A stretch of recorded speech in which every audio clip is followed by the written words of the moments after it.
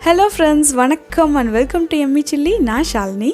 எல்லாரும் சேஃபா இருக்கீங்க அப்படின்னு நம்புறேன். இன்னைக்கு வீடியோல நம்ம ஸ்பைசி டொமேட்டோ பாஸ்தா எப்படி செய்யறதுன்னு பார்க்கலாம். ஆல்ரெடி ஒயிட் சாஸ் பாஸ்தா நம்ம சேனல்ல பார்த்திருப்பீங்க. அதுல வந்து ஒரு இட்டாலியன் டச் இருக்கும். ஆனா இன்னைக்கு செய்யறது நல்ல காரசாரமா மசாலாலாம் ஆட் பண்ணி சவுத் இந்தியன் ஸ்டைல்ல சூப்பரான ஒரு பாஸ்தா. ஸோ இந்த ரெசிபி நம்ம எப்படி செய்யறதுன்னு பார்க்கறதுக்கு முன்னாடி யூடியூப் அனாலிட்டிக்ஸ்ல இருந்த ஒரு விஷயத்தை உங்கள்கிட்ட நான் ஷேர் பண்ணிக்கிறேன். நம்ம சேனல்ல வந்து 95% ஆஃப் பீப்புள் வந்து சப்ஸ்கிரைப் பண்ணாமே பார்த்துட்டு இருக்கீங்க. ஸோ இந்த வீடியோவை யாராவது சப்ஸ்கிரைப் பண்ணாம பாக்குறீங்க அப்படின்னா ப்ளீஸ் சப்ஸ்கிரைப் பட்டன் கிளிக் பண்ணிட்டு பக்கத்துல இருக்க நோட்டிஃபிகேஷன் பெல் ஐகானையும் கிளிக் பண்ணிருங்க. நிறைய பேர் நினைக்கலாம் கண்டிப்பா சப்ஸ்கிரைப் பண்ணிட்டு தான் பார்க்கணுமா, ஏன் பண்ணாம பார்க்க கூடாதா அப்படின்னு. ஆக்சுவலா வந்து என்ன மாதிரி ஒரு பட்டிங் யூடியூபருக்கு நீங்க பண்ற ஒவ்வொரு சப்ஸ்கிரிப்ஷனும் பெரிய சப்போர்ட்டிவா இருக்கும். இன்னும் வந்து மோட்டிவேட் பண்ணும். ஸோ தட் நம்ம ஏதோ ஒரு ஒர்க் ஒழுங்கா பண்ணிட்டு இருக்கோம், இன்னும் நிறைய நம்ம இந்த கண்டென்ட் கொடுக்கணும் அப்படின்னு தோணும். ஸோ தட்ஸ் ஆல் கைஸ், இதான் நான் சொல்ல வந்தேன். ஸோ சப்ஸ்கிரைப் பண்ணல அப்படின்னா சப்ஸ்கிரைப் பண்ணி சப்போர்ட் பண்ணுங்க. இப்போ வந்து நம்ம ஸ்பைசி பாஸ்தா எப்படி செய்யறதுன்னு பார்த்துடலாம்.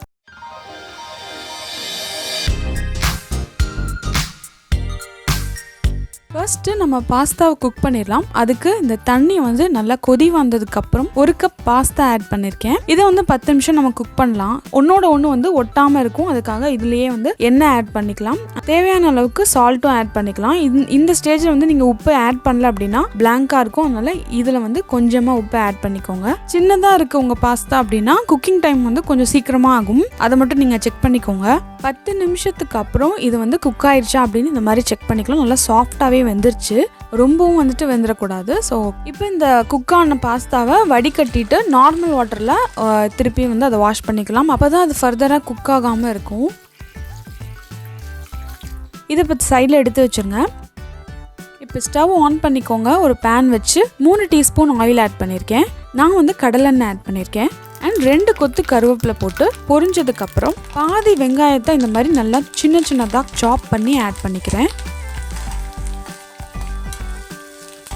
2 பச்சை மிளகாவை இந்த மாதிரி பொடி பொடியாக அதுவும் வந்துட்டு நல்லா ஃபைன்லி சாப் பண்ணி ஆட் பண்ணிக்கலாம். இஞ்சி 1 டீஸ்பூன், கார்லிக் 1 டீஸ்பூன் இந்த மாதிரி கட் பண்ணி அதையும் ஆட் பண்ணியிருக்கேன். இப்போ 2 தக்காளியை நல்லா இந்த மாதிரி பேஸ்ட்டாக எடுத்து ஆட் பண்ணிக்கலாம். ஸோ இது வந்து நான் சொன்ன மாதிரி டொமேட்டோ பேஸ்டு பாஸ்தா தான். ஸோ இதுக்கு தேவையான அளவு கல்லுப்பு ஆட் பண்ணியிருக்கேன். நல்லா மிக்ஸ் பண்ணி விட்ருங்க. 1 டீஸ்பூன் மல்லித்தூள், 2 டீஸ்பூன் மிளகாய் தூள்,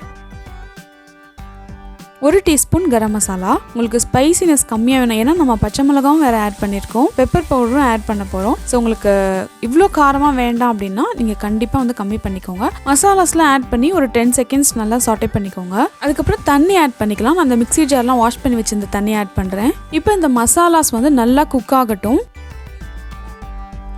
க்ளோஸ் பண்ணி ஒரு 5 மினிட்ஸ் விட்டுருங்க. இந்த மாதிரி ஆயில் நல்லா பிரிஞ்சு வரணும். இந்த அளவுக்கு குக் ஆனதுக்கு அப்புறம் நான் வந்து டொமேட்டோ கெச்சப் ஆட் பண்ண போறேன். இது உங்கள்கிட்ட இருந்ததுன்னா ஆட் பண்ணிக்கோங்க. இல்ல கெச்சப் இல்லை அப்படின்னா கூட நீங்க வந்து தக்காளி இன்னொன்று எக்ஸ்ட்ரா வந்து பேஸ்டா ஆட் பண்ணிக்கலாம். 1 டேபிள் ஸ்பூன் அளவு மட்டும் இந்த கெச்சப் ஆட் பண்ணியிருக்கேன். டேங்கியான ஒரு பாஸ்தாவா இருக்கும் இது. உங்களுக்கு இவ்வளோ புளிப்பு வேணாம்னா நீங்க வந்து கெச்சப் ஆட் பண்ண வேணாம். அண்ட் நம்ம ஏற்கனவே குக் பண்ணி வச்சிருந்தா அந்த பாஸ்தாவே ஆட் பண்ணி நல்லா டாஸ் பண்ணிக்கலாம். ஒரு 2 மினிட்ஸ் வந்து லோ ஃப்ளேம்ல வச்சு நல்லா அந்த மாதிரி மிக்ஸ் பண்ணி விடுங்க.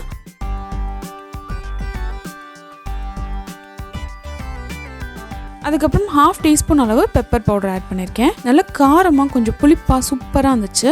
ஸோ தட்ஸ் ஆல், நம்மளோட ஸ்பைசி டொமேட்டோ பாஸ்தா சூப்பராக ரெடி ஆயிடுச்சு. இதோட வந்து உங்களுக்கு வேணும்னா நீங்கள் குடமிளகாய் ஆட் பண்ணிக்கலாம். லாஸ்ட்டில் வந்து சீஸ் வந்து துருவி ஆட் பண்ணிக்கலாம், கொத்தமல்லி ஆட் பண்ணிக்கலாம். இதெல்லாம் வந்து ஆப்ஷனல் தான். உங்ககிட்ட என்ன அவைலபிளோ அதுக்கு தகுந்த மாதிரி நீங்கள் ஆட் பண்ணி சாப்பிட்டு நல்லா என்ஜாய் பண்ணுங்க. இந்த வீடியோ உங்களுக்கு கண்டிப்பாக பிடிச்சிருக்கும்னு நினைக்கிறேன். வீடியோக்கு ஒரு லைக் பண்ணுங்க, உங்கள் ஃப்ரெண்ட்ஸ் அண்ட் ஃபேமிலிக்கு ஷேர் பண்ணுங்க. அண்ட் நான் சொன்ன மாதிரி சேனல் சப்ஸ்கிரைப் பண்ணிக்கோங்க. ஆரோக்கியமான உணவை அறுசுவையோடு சாப்பிடுங்க.